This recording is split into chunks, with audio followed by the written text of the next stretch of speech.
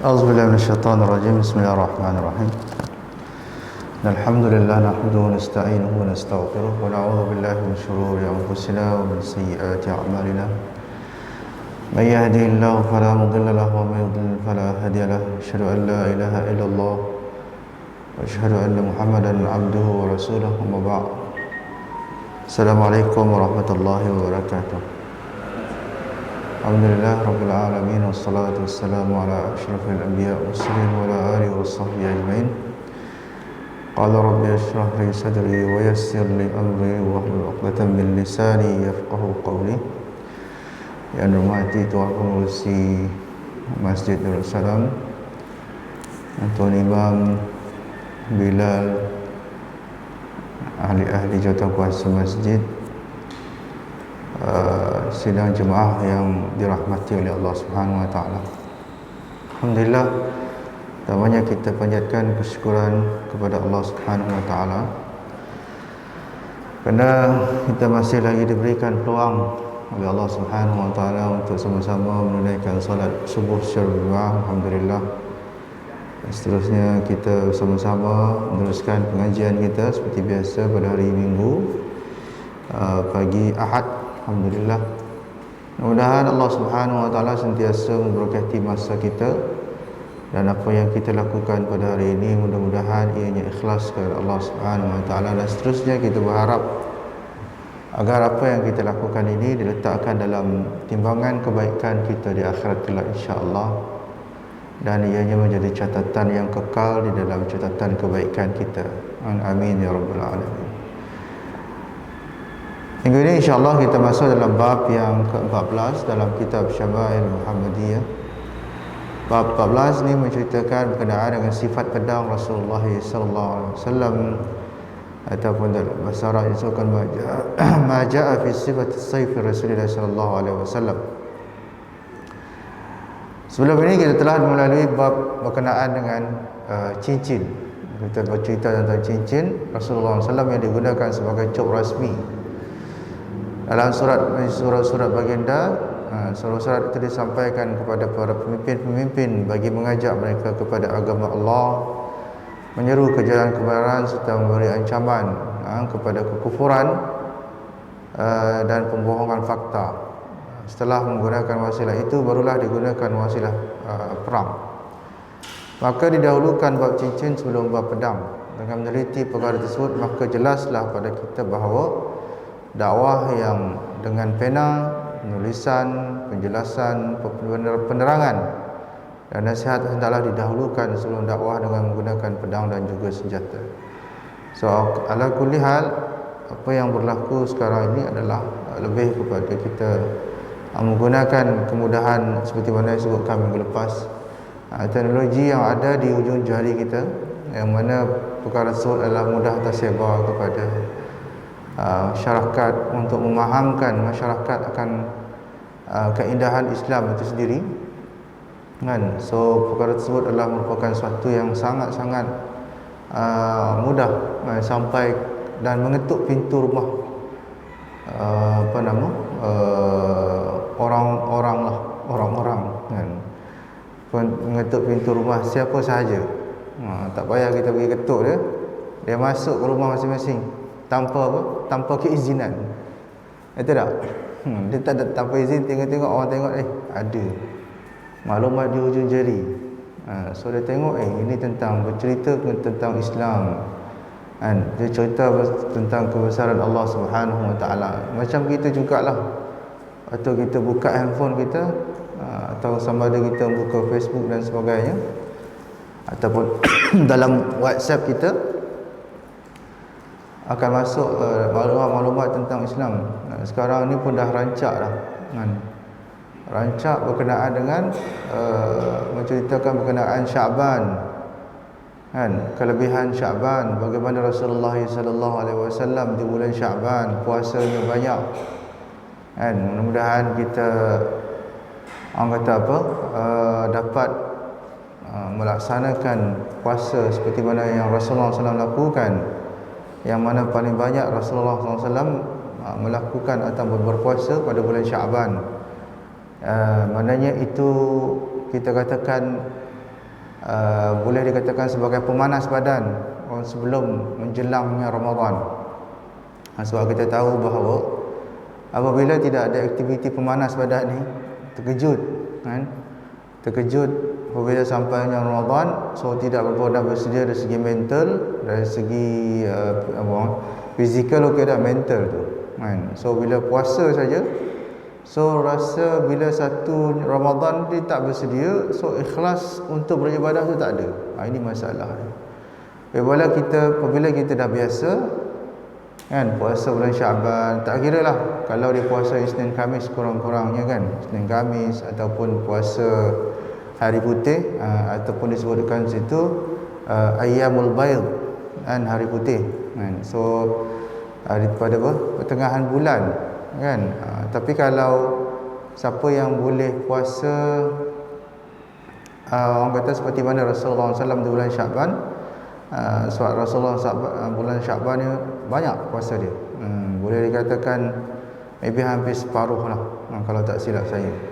Rasulullah SAW berpuasa pada bulan Syaban tu sendiri. So maknanya apa, kita cuba untuk berpuasa pada bulan Syaban.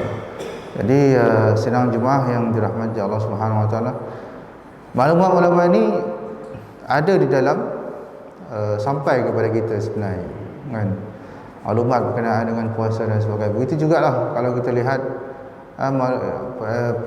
maklumat tentang Islam, maklumat tentang kebaikan-kebaikan Islam, indahnya Islam itu sendiri, senang kita dapati.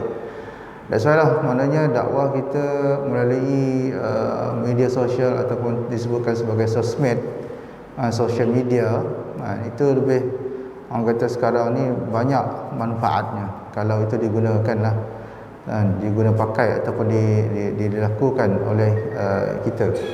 Masalah sekarang ni adalah kemungkinan kita tidak menguasai teknologi. Itu masalah. Kita hanya boleh membaca, bukan semua orang yang boleh edit macam abang kita ni kan. Dia boleh edit dan sebagainya, bukan semua. So kita yang membaca sahaja ni pun kira alhamdulillah. Bagi yang mempunyai kelebihan tu, lagilah dia punya ganjaran pahala dia di sisi Allah Subhanahu Wa Taala untuk menyampaikan kebaikan dan kebenaran tentang Islam itu sendiri. Alright. So kita masuk dalam hadis yang pertama dalam bab ke-14 ni. Daripada Anas berkata, kanat qabi'atu sayfi Rasulillah sallallahu alaihi wasallam min fiddah. Sesungguhnya sarung pedang, dia kata. Sebenarnya kalau ikut terjemahan kata kanat qabi'atu, dia sebenarnya ulu pedang Rasulullah tu. Ulu kan kita ada ulu pedang tu kan. Tapi dia terjemah sini dia kata sarung pedang. Rasulullah SAW diperbuat daripada perak kan. So diguna pakai perak. So kita perhiasan kalau macam pedang tu tak ada masalah untuk digunakan daripada, contohnya ulu je kan, dibuat daripada perak. Tapi kalau perhiasan berperak tu yang tak boleh. Kalau rumah kita sengaja nak letak perak kan, letak kita punya pinggan kan daripada perak, tapi tak adalah orang guna benda macam tu dah kan. Kalau dulu, zaman dulu yang tembika menjadi kebanggaan, kalau dekat rumah orang tua-tua kita dulu kan, kanan kan, kalau bayi-bayi pasti kanan. Saya pun tak faham orang nak guna kanan tu untuk apa sebenarnya. Tuan Haji tak tahu. Sebab benda tu macam-macam tu, bulat macam ni, kadang dia bujur macam ni. Lepas tu dia letak dekat lemari, paling pun letak 2 shilling dalam tu kan, letak 2 shilling ataupun sembunyikan barang dalam tu kan, dia sembunyi masuk. Selain daripada itu, mungkin dari segi perhiasan, termasuk pinggan dan sebagainya. Macam sekarang lah, orang yang suka mengumpul barang-barang antik kan, dia letakkan sereka yang dulu pakai arang kan. Jadi ya, benda tu sebagai perhiasan. Kalau benda-benda gitu tak ada masalah kan. Orang sekarang, orang kaya-kaya sekarang yang ala-ala kaya lah. Dia tak kaya sangat, dia ala-ala kaya. Dia ala-ala kaya ni suka kumpul pinggan mangkuk ni. Dia letak pinggan mangkuk dekat almari. Kalau tengok rumah, minta maaf saya cakap, banyak pinggan mangkuk tak pakai pun, 20 tahun, 30 tahun, 40 tahun simpan. Akhirnya benda tu jadi barang antik. Kan, tak pakai pun. Nak pakai sayang. Kan, nak pakai sayang. Macam-macam lah pinggan macam ni. Ada orang suka kumpul apa, barang-barang gift daripada McDonald. Ada orang suka kumpul gift daripada Starbucks. Kan, suka dia punya gelas tu, himpun sebanyak mana pun. Dia manusia ni macam-macam, tuan-tuan. Kan, macam-macam. Mungkin kita pun ada, orang kata apa, barang yang kita kumpul daripada sejak kita muda sampai sekarang. Ada jenis yang tu. Ada orang suka kumpul cincin kan, macam-macam cincin kat rumah dia. Siap nama lagi. Siap tarikh bila dia beli, dekat mana. Akhirnya bila meninggal, anak-anak tengok cincin tu, cincin apa dia? Tak tahu. Anak pun tak tahu nilai cincin yang ayah dia kumpulkan. Last-last dia bagi pada orang lain. Ambil. Dia tak tahu apa-apa. Anak-anak dia jenis tak minat. Anak-anak sekarang ni bagi telefon, suka sangat. Ini satu yang menghiraukan kita. Anak-anak kecil ni. Kalau yang besar macam ni okey sikit. Kalau yang masih sekolah rendah terlalu addictable, ini memeningkan kepala ibu bapa. Sebab dia skrin terlalu lama dia tengok skrin, bahaya pada dia. Anak-anak siapa pun memang sama.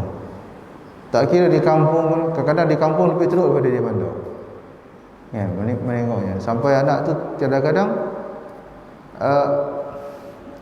dia nak pegang benda pun susah. Sebab dia terbiasa dengan telefon. Dia lambat, bercakap lambat, segi pemikiran lambat. Situ saja dia, tumpu kat situ. Mata jadi masalah. Semua lambat. Dia akhirnya apa? Dia suka mengamuk saja. Ini bahaya. Dia suka mengamuk. Akhirnya ibu bapa terpaksa bawa mereka kepada merujuk mereka ni kepada klinik pakar. Klinik pakar kanak-kanak. Macam mana nak buat? Ini masalah. Ketagihan dan gadget. Alright. So di sini kalau kita lihat, kita kembali balik cerita ni. Pedang Rasulullah SAW ni dibuat daripada, dia bukan pedang dia punya hujung pedang dia buat daripada perak. Macam kita sekarang, bukan sekarang.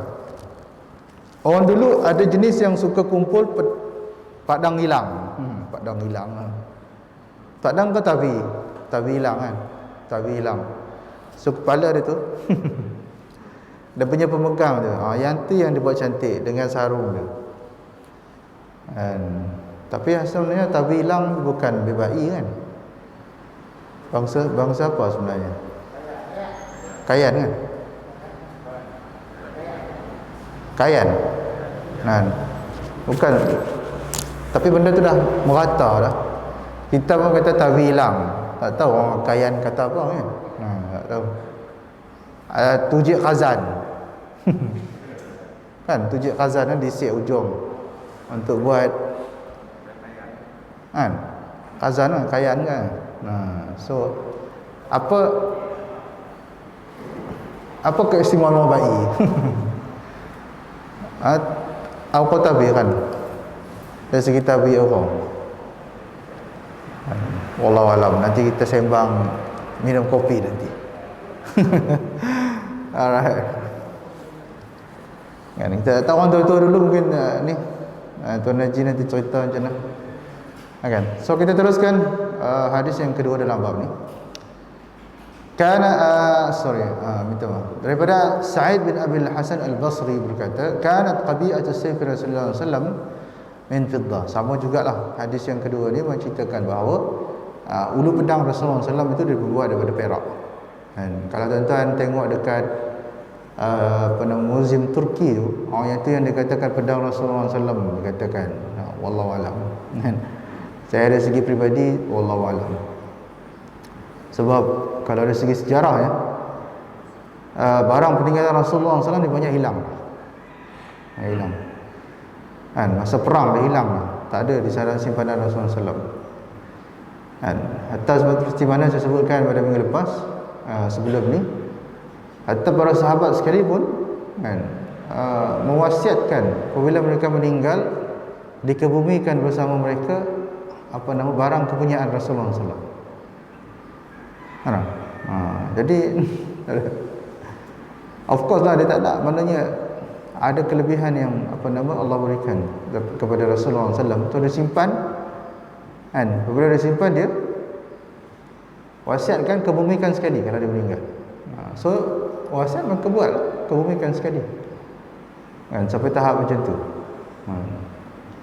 So banyaklah, kalau hatta hari tu minggu lepas saya katakan cincin Rasulullah SAW pun hilang kan. Hilang kan, maksudnya hilang disebabkan terjatuh dalam kolam kan, yang berada dalam di Madinah, kolam Bi'rul Aris dia kata, Bi'rul Aris. Kalau tuan-tuan pergi umrah, kalau nanti mutawif tu, mutawif umrah, nanti dia akan beritahu inilah Bi'rul Aris, yang mana cincin Rasulullah SAW terjatuh ke dalam tu dan tak dijumpai selama-lamanya kan. So samalah kalau barang peninggalan lain pun sama juga kan, hilang. Bukan hilang maksudnya, yalah hilang masa perang, habis tak tahu ke mana kan. So yang mengatakan itu Rasulullah, wallahu a'lam, gitu je. Kita tak dapat nak claim 100%. Yang kata rambut Rasulullah SAW, yang kata jubah Rasulullah SAW, yang kata serban Rasulullah SAW tu wallahu a'lam. 1400 tahun tuan-tuan, bayangkan, subhanallah. Daripada Hud, dia ialah Ibnu Abdullah bin Sa'id, daripada datuknya berkata, dakhala Rasulullah sallallahu alaihi wasallam Makkah yaumul fath ala sayfihi dhahabun wa fiddatun, qala talibun fasa'alatuhu 'an al-fiddah faqala kanat qabi'atu as-sayfi al-fiddah. Rasulullah sallallahu alaihi wasallam memasuki kota Mekah pada hari pembukaan Mekah. Bila pembukaan Mekah tuan-tuan? Pada 8 Ramadan tahun ke-8 Hijrah kan. Dan di sisi baginda ada pedang daripada emas dan perak. Berkata Talib, aku bertanya baginda tentang perak itu, lantas baginda menjawab, sarung pedang tersebut diperbuat daripada, ataupun dia kata ulu ataupun ujung, itu ujung ganggang pedang tu adalah diperbuat daripada perak. Saya tak tahu sebab terjemahan sini dia kata sarung pedang, dia kata. Tapi kalau dari segi bahasanya kata qabi'ah tu sebenarnya dia punya pemegang tu adalah dibuat daripada perak. Kemudian daripada Osman bin Sa'ad daripada Ibn Sirin berkata, sana'tu sayfi ala sayfi Samurah bin Jundub. Wa zama Samurah annahu sana'a sayfahu ala sayfi Rasulullah sallallahu alaihi wasallam wa kana Hanafiyan. Aku membuat pedangku dengan mencontohi pedang Samurah bin Jundub. Samurah mendakwa bahawa dia membuat pedangnya mengikut pedang Rasulullah SAW, dan ia merupakan Hanafiyin, daripada Hanifah. So Bani Hanifah ni masyhur tuan-tuan, yang membuat pedang, kabilah yang khusus membuat pedang, yang terkenal lah, orang besi yang macam tu kan. Dia buat pedang memang terkenal lah, kecantikan dia dan sebagainya. Macam kita lah, khususiah orang dulu apa dia? Maksudnya khususiah adalah keistimewaan, ataupun kita panggil apa khususiah? Bukan keistimewaan, pengkhususan. Orang Bintulu membuat belacan, terkenal di serata alam, gitu kan. Kan terkenal dengan membunuh orang, betul? Membunuh orang setiap tahun, minat orang kan. Tak, orang Bintulu kan sebut udang kecil tu orang kan. Orang Bintulu membunuh orang setiap tahun. Ataupun menangkap orang. berapa puluh ringgit je katang. Semalam saya lalu dekat tamu tu, waktu pun hujan nyanyi tu, ada juga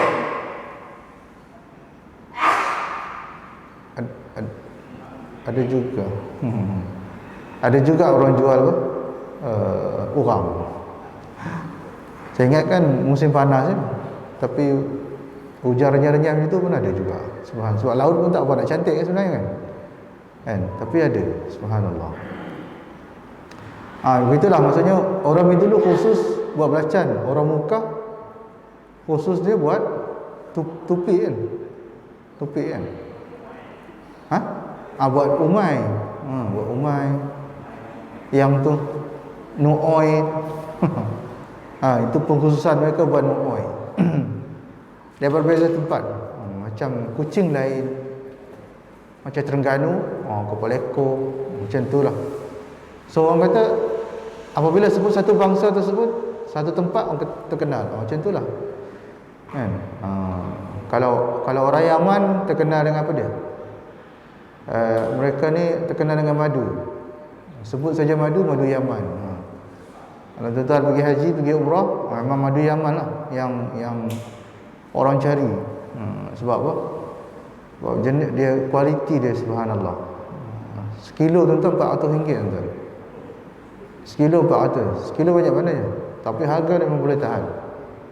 Tapi kualiti dia, kesan dia, subhanallah. Dia madu dia pekat. Kan dia sangat pekat madu dia. Alright. Saya baru bulan lepas ada ni staff yang dia suka beli madu Yaman, tapi dia beli grade yang kedua.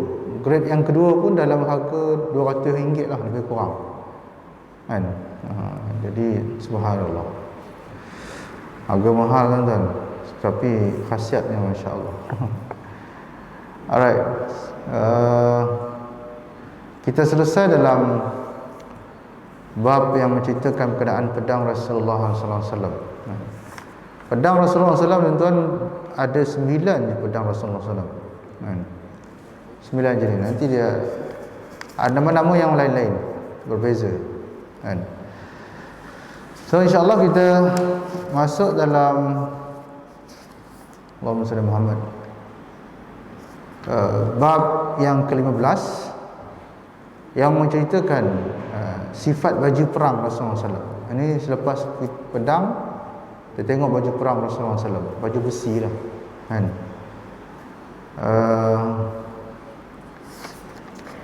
Baju besi adalah pakaian digunakan oleh Rasulullah SAW dan para sahabat ketika perang. Ia digunakan sebagai pelindung untuk menyelamatkan diri dengan izin Allah daripada tikaman, tombak, tusukan pedang dan seumpamanya. Rasulullah SAW mempunyai beberapa helai baju besi. Ibnu Qayyim menyebutkan dalam kitab Zadul Ma'ad, Rasulullah SAW mempunyai 7 baju besi. Pertama Zatul Fudul, yang kedua Zatul Wihash, yang ketiga Zatul Hawashi, keempat As-Sa'diyah, kelima Fiddah, keenam Al-Batra, ketujuh Al-Khirna. Ada nama-nama baju Rasulullah SAW kan. So dia guna, ada orang kata apa, kenapa Rasulullah perlu memakai baju besi? Betul. Maksudnya macam seolah-olah tuduhan dia kata, Rasulullah macam kurang tawakal kepada Allah. Itu bukan masalah kurang tawakal. Kita bertawakal lah asbab kan, untuk apa? Tidak tercedera dan sebagainya. Walau macam mana sekalipun Rasulullah tercedera dalam perang kan. Kita lah nak pergi mana-mana sekalipun, of course kita mungkin kita pergi bekerja, contohnya dekat plant, kena pakai safety kan. Kerja mana-mana pun macam Sarawak Energy, of course kalau nak tunggu kerja pakai safety semua, fully PPE, kena pakai itu. Kalau tak nanti kena, betul tak? SOP ya. Kalau tak kena. Maknanya untuk keselamatan perlukan benda-benda demikian. Adakah kita kurang tawakal? No, itu adalah sebab. Kalau Allah nak bagi, dia bagi je. Tapi dengan izin Allah, kalau kita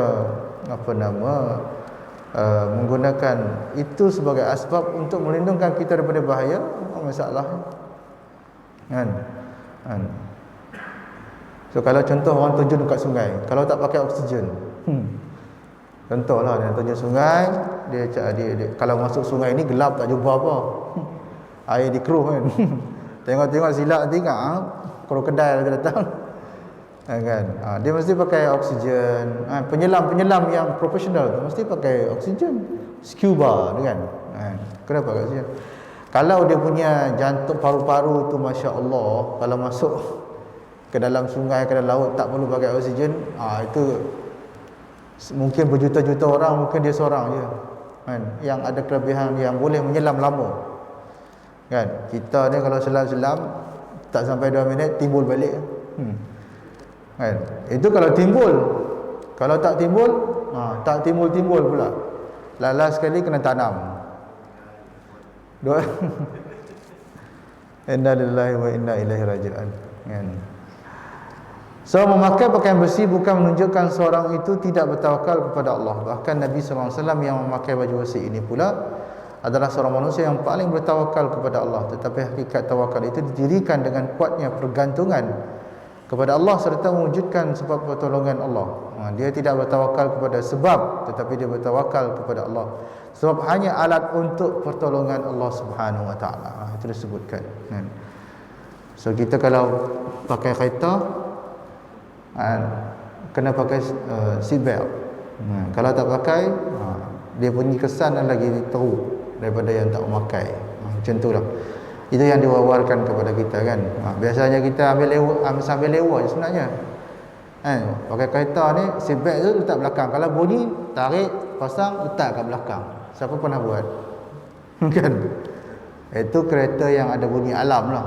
Ada bunyi alarm dia punya seat belt dia. Kalau yang tak ada, tak pakai terus. Alhamdulillah dia kata. Kan? Padahal benda tu adalah dia berbeza sebenarnya. Kalau kita pakai, rasa safety tu daripada tak pakai. Dia kalau rasa longgar biasa. Tapi kalau kita pakai, rasa ada macam dia lah, perasaan dia lain lagi. Okey, hadis yang pertama dalam bab ni, Ibn Zubair bin Awwam berkata,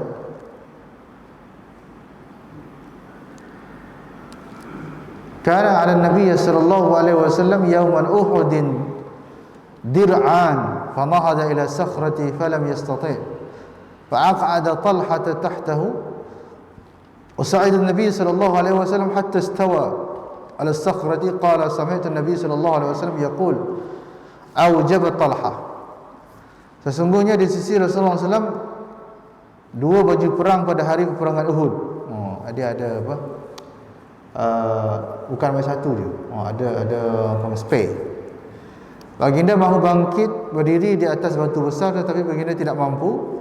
Maka Talhah membantu Nabi dengan menundukkan diri di bawah Nabi SAW. Lalu Nabi mendaki di belakang Talhah sehingga berjaya naik ke atas batu tersebut. Zubair berkata, aku mendengar Rasulullah SAW berkata, wajiblah syurga ke atas Talhah. Kan? Ini orang kata apa, bagaimana Rasulullah SAW kan, dia waktu perang tu sehingga tak dapat nak batu tu. So orang kena tengok Rasulullah, kena bagi nampak. Kan para Uhud ketika itu apa? Yang mengatakan bahawa Rasulullah ni meninggal kan. So Rasulullah kena naik nak tunjukkan diri dia dalam keadaan Rasulullah cedera.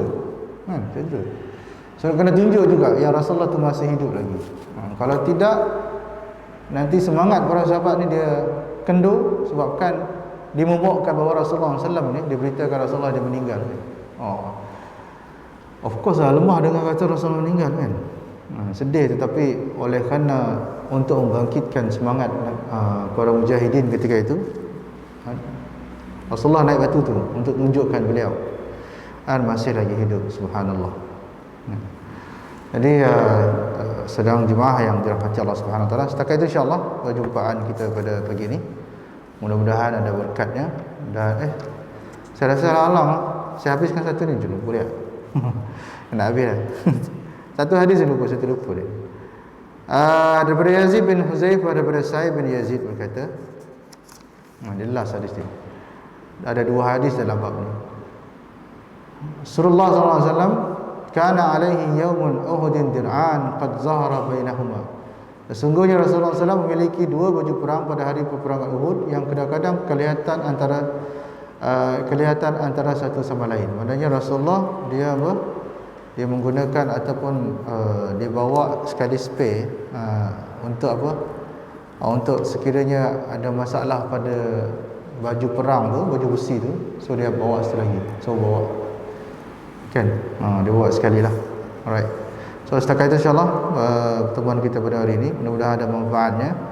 So minggu depan kita akan masuk dalam bab ke-16, bercerita keadaan perisai kepala Rasulullah SAW. Perisai ataupun dipanggil safety helmet. Macam tu lah kan, kena cakap orang putih kan, safety helmet. Kan. Jadi itu saja insya-Allah, yang baik itu datang daripada Allah, yang tak baik atas kelemahan sendiri. Aku qouli hadza astaghfirullah lakum. Assalamualaikum warahmatullahi wabarakatuh. Subhanakallah wa bihamdika asyhadu an la ilaha illa anta astaghfiruka wa atubu ilaik.